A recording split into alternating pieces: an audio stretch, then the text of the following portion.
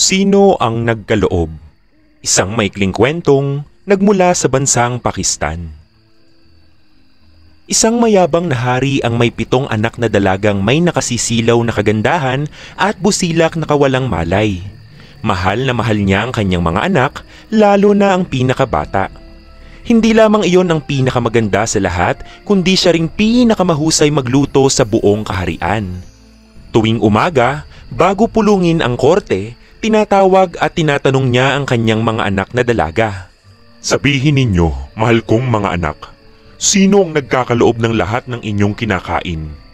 6 sa kanila ang dagling sumasagot. Amang hari, kayo po ang nagkakaloob ng aming pagkain.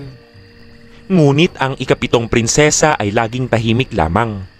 Isang araw, pinilit ng hari na sumagot din ang ika-7 prinsesa. Sabi nito, Ama, Diyos po ang nagkakaloob ng lahat. Lahat ng nasa atin, lahat ng ating kinakain, kinukuha natin sa Kanya. Ang sagot na ito'y ikinagalit ng palalong hari. Lumayas ka!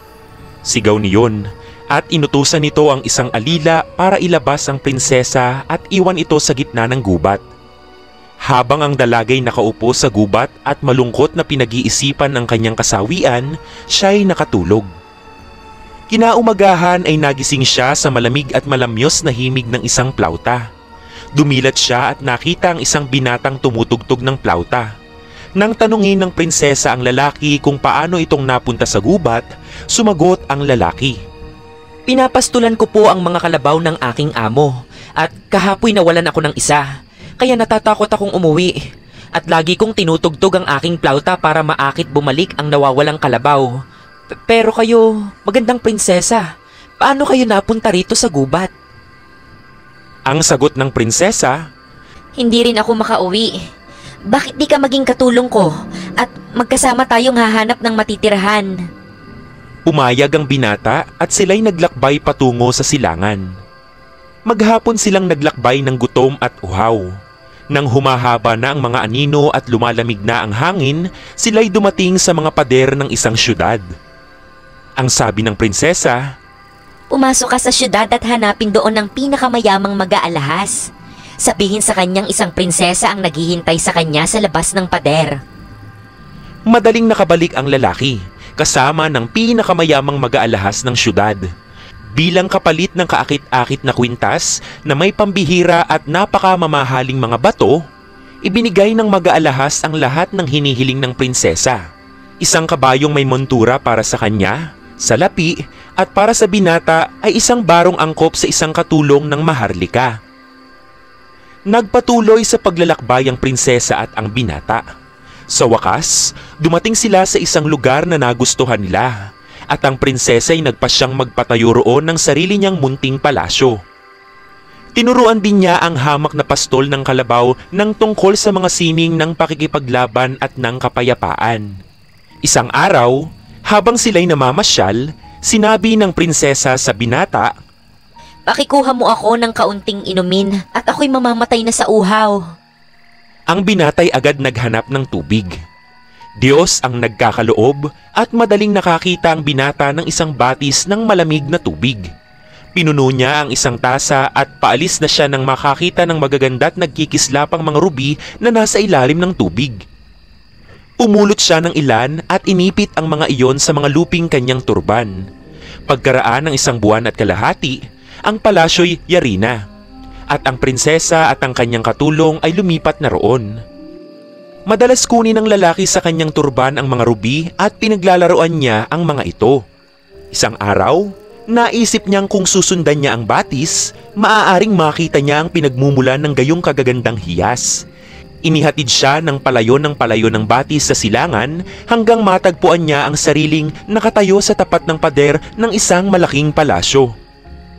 Ang batis ay umaagos sa ilalim ng pader. Gumapang siya papasok at naglibot-libot doon.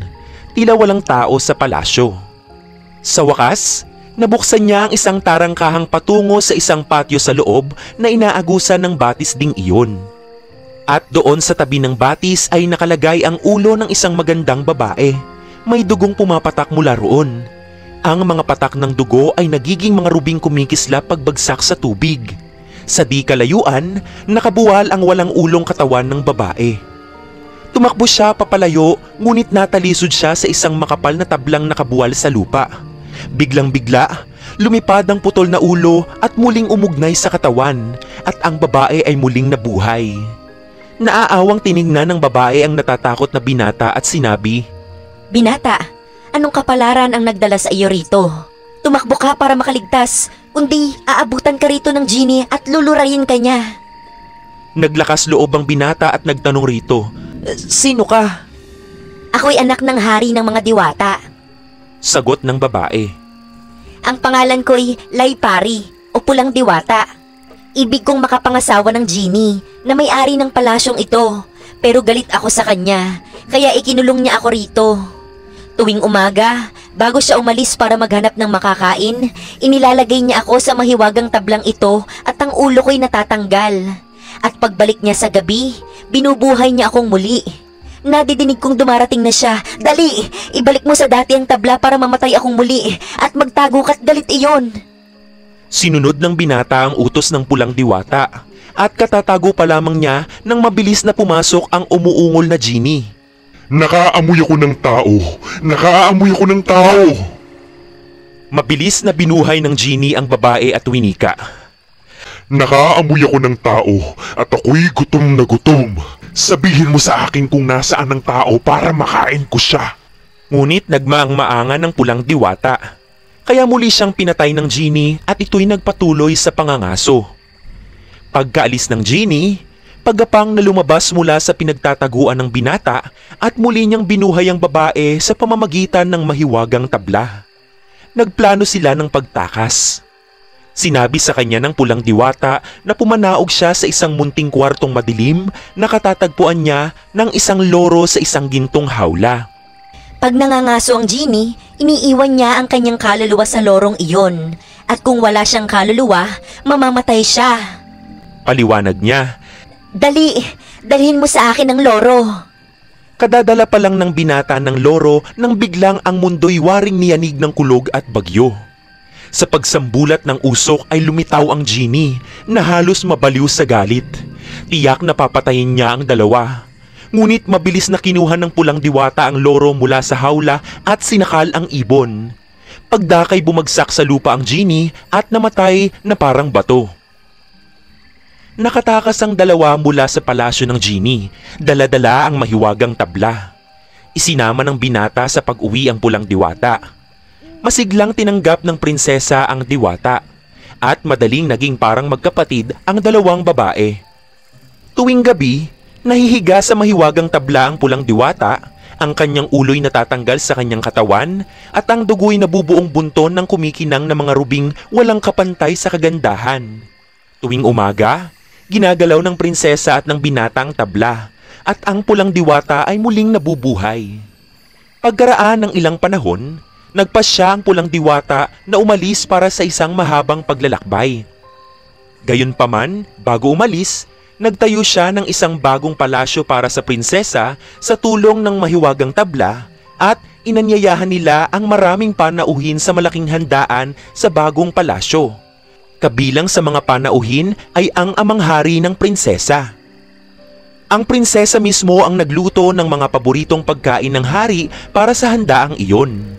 Nang makaupo na ang mga panauhin para sa handaan, ang hari napaiyak. Ang mga luhay gumugulong sa kanyang balbas. Ang lasa ng masarap na pagkain ay nagpagunita sa kanya ng anak na dalagang noong nagdaang panahon ay nagluluto ng ganoong pagkain para sa kanya. Kay dalas niyang pagsisihan ang pagpapalayas sa anak at kay dalas niyang hanapin iyon sa kagubatan, ngunit hindi siya magtagumpay. Tinanong ng Pulang Diwata ang hari kung ano ang dahilan ng kalungkutan nito. Sinabi ng hari kung ano ang nangyari. Nagtanong naman ang diwata. Pero mahal pa po ba ninyo ang inyong anak? Ang sabi ng hari. Oo, ang tanging hiling ko lamang ay makita siya bago ako mamatay. Bilang sagot, pumalakpak ang Pulang Diwata at hayun! Sa harap ng hari ay nakatayo ang prinsesa. Ang nawalang anak na dalagang ngayon nasa hustong gulang na, hindi ikapito o pinakabata sa katalinuhan. Nagyakap at napaiyak ang dalawa. Sa wakas, Lumuhod ang prinsesa at nagwika. Oh, ama kong hari, hindi po ba ang Diyos na mabait, ang Diyos na mahabagin, ang siyang nagkakaloob ng lahat ng bagay? Tingnan ninyo kung paanong ibinigay niya sa akin ang palasyong ito at ang malaking kayaman ng mga rubi. Samantalang hindi man lamang ninyo matagpuan ang isang nawawalang anak. Napagtanto ng hari ang kanyang pagkakamali. Oo, Sabi niya, ang Diyos ang tunay na nagkakaloob ng lahat. at ang hari at ang kanyang anak ay nabuhay na maligaya mula noon.